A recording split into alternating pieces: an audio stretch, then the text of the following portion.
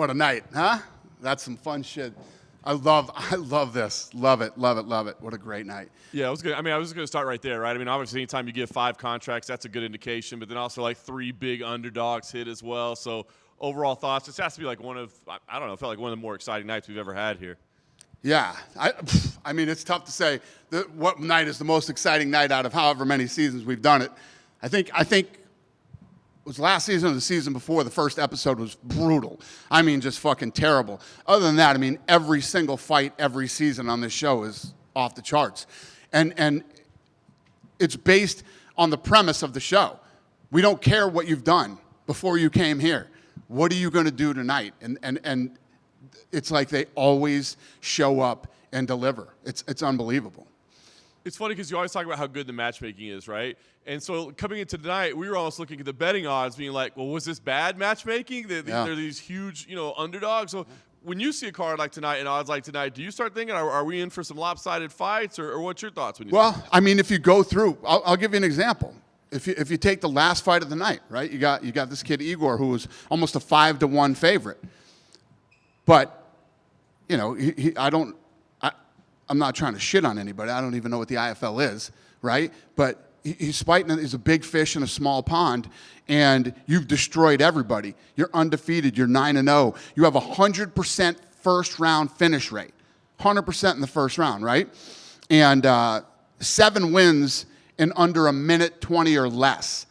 So then you come in here and you get lined up with this crafty Korean dude who has great head movement and awesome counter punching and wants it just as bad, or we saw tonight, worse than you do, And tonight, as I watched that fight play out, I saw Igor start to think, maybe this isn't for me. Maybe this isn't what I want to do for the rest of my life.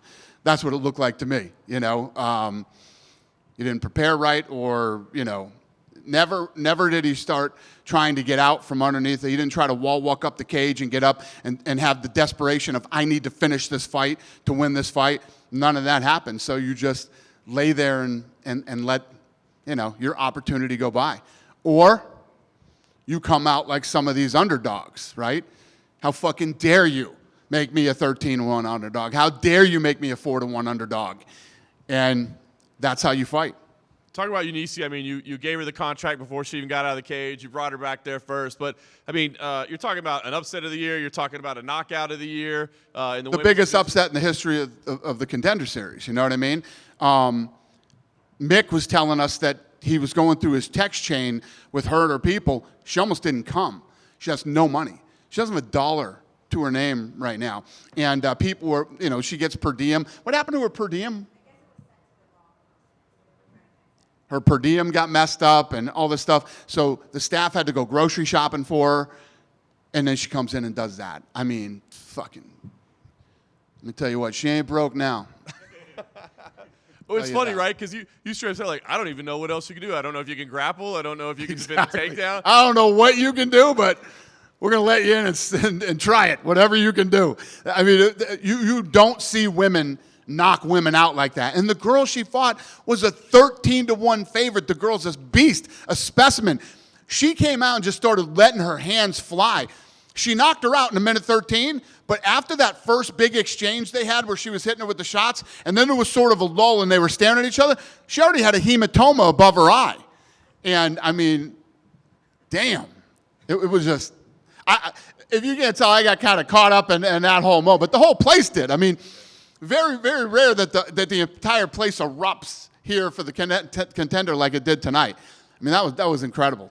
That was special, what we saw tonight. That was fun. I think that stole the show for the whole night for sure. But it was funny because the first fight of the night, you're going into the cage. You don't do that a whole lot, right? Yeah, well, that was the other thing. Both of those kids were 24 years old. And, my thing was, however the judges score this fight, however this plays out, both of you have a bright future in this sport. Both durable, tough guys, well-rounded, no matter where the fight went. Head kicks, eating nasty head kicks, the body shots that both of those two took, the punches. I mean, when they hit each other with some of those right hands, it sounded like heavyweights. It reminded me of the night that Francis and Stipe fought in here, when Francis and Stipe were hitting each other that night. And you were just like, God damn. right? Those two were throwing those kind of punches at each other. It was a great fight.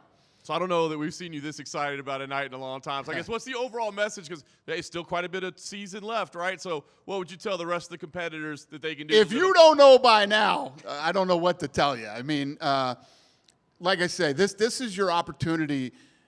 After the girls' knockout, we were trending number 2 in the United States, and I don't even have to know, but I know that's going to be top 10 tonight on ESPN's top 10. You know what I mean? Nobody knows you on Tuesday morning. Everybody can know you Wednesday morning. You know what I mean? This is your shot and your opportunity to come in and show me, but show the whole world who you are. And it doesn't matter what the odds are. That's been proven a million times. It's about who you are. Who are you? Show us right here tonight. Well done.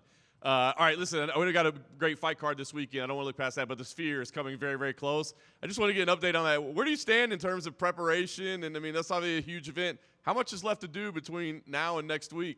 It's all the work is done. Now it's about rehearse. And there's limited times that we can get. We're getting in there at like 1 till 7 in the morning because of their schedule. But it's all about rehearsing now. And to try to explain to you how complex this show is and how many moving pieces and parts there are to pulling this thing off, it's all about all the bells and whistles are done. Now it's about execution. You know, you made big promises, obviously, what this show is going to be. How confident are you going to be able to deliver on those promises with this being the greatest sporting event of all time? I'm extremely confident.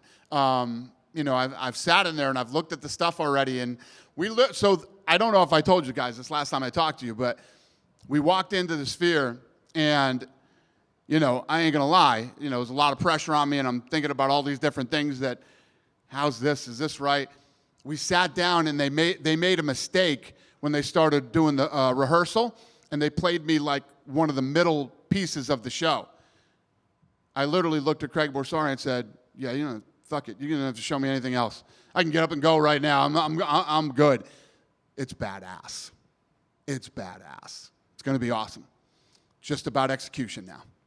Last thing I have for you, I don't know how long we need to talk about it, but couldn't help but notice a Jon Jones promo that ran tonight. What? Yeah, it had a lot of things calling him the GOAT, talking about his accomplishments. Oh, yeah. Now, is that something you've been planning for a long time that just happened to roll out this week, or was that a direct response to anything that happened here last week? I was in the back. I didn't even see it air. I didn't even know they aired that There was tonight. a lot of stats about him, who he's Really? beaten. I don't know. Did you guys read them? There was a lot of stuff. Did you guys read the It stats? didn't talk a lot about the guys recently that he's beat. It talked about his whole career. Right.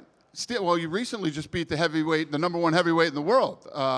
Yeah. Hope you guys read that stat. You know what is fucking great about technology? We're not far away from AI actually doing these rankings, and it'll be a great fucking day when AI starts doing this shit. So I'm really excited about that. Dana, you're a gambling man. Do you think that the Contender Series, you should probably just not bother with parlays and maybe just look at the fights individually? Because I feel like anytime you run a parlay on this show, it gets ruined by Well, anytime you have a parlay in any sport. I mean, parlays are dangerous. That's why everybody does them. Everybody does them because the reward is so good you can't help yourself. Not if you bet on all the favorites tonight. You got like $3 for like a $10 bet. And then the favorites lost anyway. Well, that's the way it goes, too. If you bet favorites. Anyway, if you do parlays, if you bet favorites, I mean, yeah, if you bet the big favorites and everything, but you can still, like tonight. I mean, same thing. Sports betting is fucking brutal. I don't do it. I stopped doing it a long time ago. It drives me, yeah, but it's more fun if you bet. No, it's not more fun. It actually makes the game miserable. But yeah, if you like sports betting, this is one that actually, where underdogs really do win.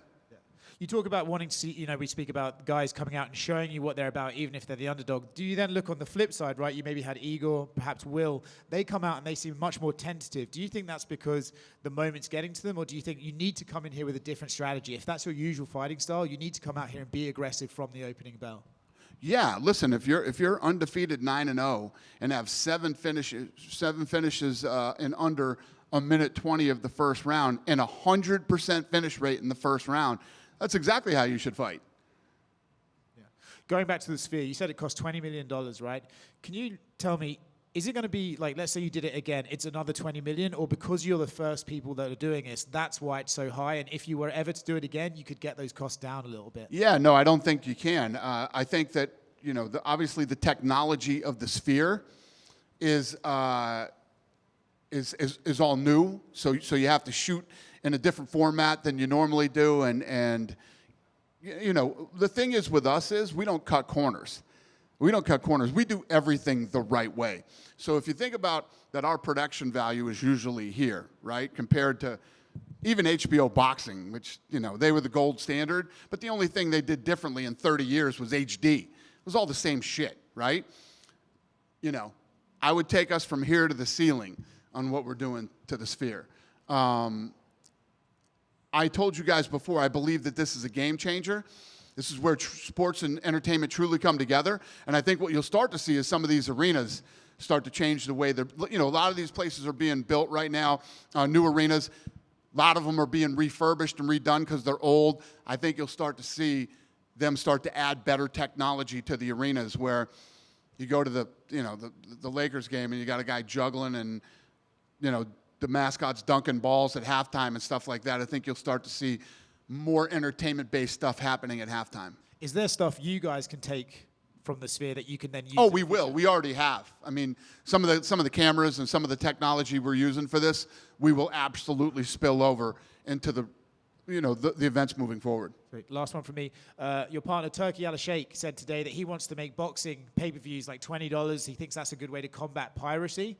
I'm not asking you to change your pay-per-view price, but as someone who knows the numbers, is that a valid way to combat piracy, or do you think you need to focus on punishing after the fact? Trust me, we know exactly how to combat piracy.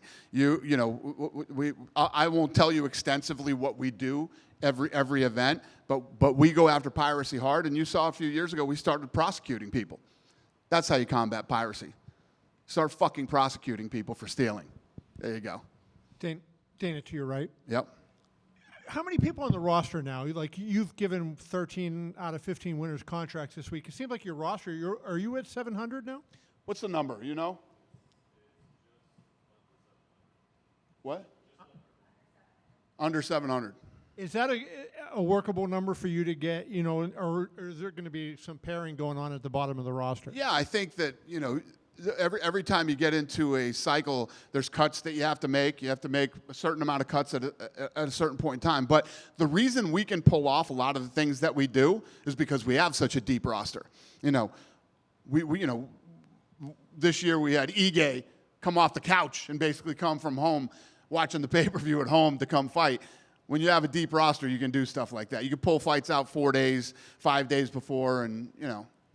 I was thinking tonight when you were doing this, is it about strengthening the bottom of the roster and then seeing where they go, or is it just looking and saying, I want to see guys that can be top 10, top 5, potentially champions? Is there one way that you look at it more than the other? My goal every day when I go to work is I want to find the absolute best fighters in the world.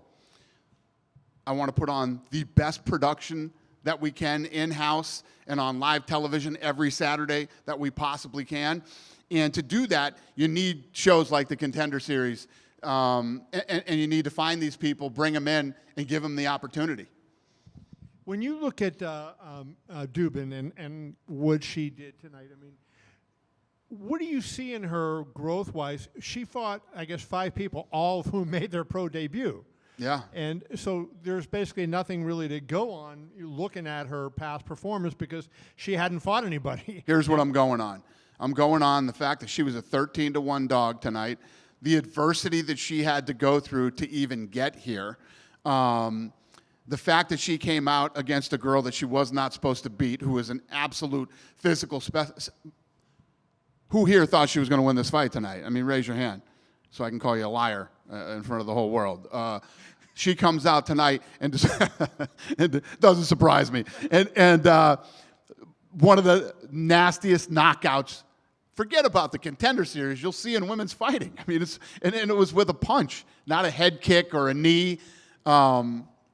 She's going to get an opportunity. What she does with it, we will find out, you know. Hopefully she takes all the money that she made tonight and she goes back, she gets into a real training camp and gets with a real team and she tries to go do something with her life. Did you give her extra bonus tonight? Because Yes. okay. Yes. Also wanted to ask you, did you see Alex Pereira's tweet today or Instagram post today? I didn't, but Lene told me about it. Yeah. So what's your take on that? So because I wrote a thing and I basically said if he goes to middleweight, forget about him ever fighting at heavyweight, right? What is your take on his?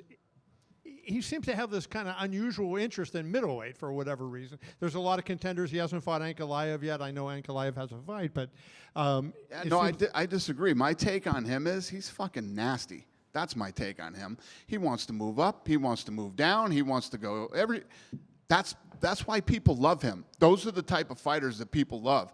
You know, Pereira wants to fight everybody. I love it. So what do you do with a guy like that when you have a guy like that? And Dricus, hey, look at the run Dricus is on, right? I mean, he's kicked ass and, 1, 2, and 3. I think he's beat in the rankings and everything. So you promise a fight to Strickland. If Dricus comes out of that, would you grant Alex's wish, assuming he beats Callout? I don't know. The thing that's great about it is, first of all, I said a minute ago, it's why everybody loves him and he's great. But it also gives us a ton of options that, as we're in matchmaking, should we do this? Should we do that? Shouldn't we do this? Shouldn't we do that? I don't know. It's a good problem to have with a guy like him. And I How know about he's on vacation in Australia and accepts the last-minute fight? I mean, just everything about Alex Pereira is what makes fans absolutely love the guy. he is 37 years old. That's the one when you look at the one negative in terms of if he goes down, and the reason I call it a negative is this. If you want to see him try to make history and win a heavyweight title and become the first UFC champion to do it in 3 divisions, you're talking at least another year, right? And at that point, he's past 38, heading to 39. Time becomes an issue there. So do you ever have a conversation with him and sit down and try to, kind of map out a little bit, say, because that would be so unusual, Dana, to win a title in 3 weight classes. Right. And he's a big man, and you put on 10 or 15 pounds of muscle, and he's 245 just like Jones. Yeah. No, listen, all these guys are battling time. They all battle time. We're just going to have to see, what happens over the next couple of months. There's a lot of fights happening in these weight classes. And, first Stipe and Jones needs to happen, and then we figure out where we go there. Aspinall is obviously the next guy that should get the next title shot. And we'll see how this all plays out. But they're all battling time, every one of them. Good? One from me. Yep. Last week, we were talking about working together with Riyadh Season in the US, but you kind of didn't want to share the sort of things you might be working on. Can I have one guess? And if I'm close, you say yes. No, but go ahead. Is it anything to do with TKO boxing? Because Turki Al-Alashik wants to create a league, which I've heard he wants to implement in early 2025. Do I think that what? I need help, Lene. Is Turki Al-Alashik wants to create a league in Right. boxing that he wants to apparently launch early 2025. Is that something TKO boxing could help with? Huh. Anything is possible. Anything is possible. Who knows? Have a great night. Dana.